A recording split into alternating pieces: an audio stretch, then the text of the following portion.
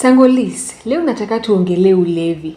Why is it that right before taking a sip, many drunkards will pour a small drop of alcohol onto the ground for their ancestors? We see Jacob doing this in Genesis chapter 35 verse 14 as a holy drink offering to God. Is it possible that these guys are unknowingly tapping into a spiritual principle, and that's why some of them actually prosper despite their heavy drinking? You've noticed something profound. What our people do at the local bars isn't just superstitious habit. It is a corrupted copy of a divine blueprint. In the Bible, a drink offering or libation was the ultimate sign of surrender. When Jacob poured wine into the stone pillar, it signified pouring out his entire life, energy, and soul to Yahweh. Wine doesn't return to the bottle once it's poured. It's a complete irreversible sacrifice. But wait, if they are pouring it to ancestors or territorial spirits and not to God, why would they prosper?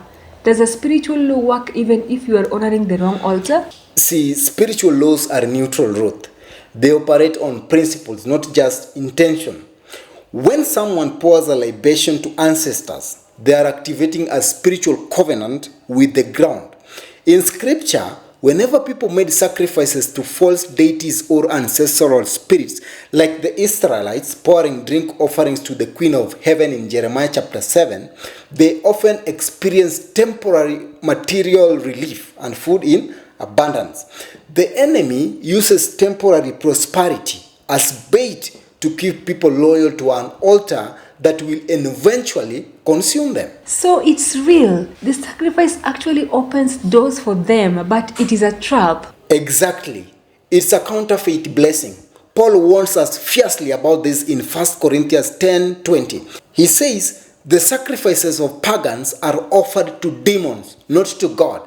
And I do not want you to be participants with the demons. The drunkard thinks he is just being respectful to culture, but is legally binding his finances, his health, and his children's future to a bloodline spirit. True, godly prosperity doesn't come with the sorrow, addiction, and broken families that follow ulevi. You cannot pour out your strength to a demon and expect God to crown your destiny. So they're trading their long-term destiny for a short-term favor from the ground? Precisely. Stop pouring out your life, your hard-earned money, and your soul to altars that only want to keep you numb. If you are going to pour out your life, pour it at the feet of Jesus. Good night.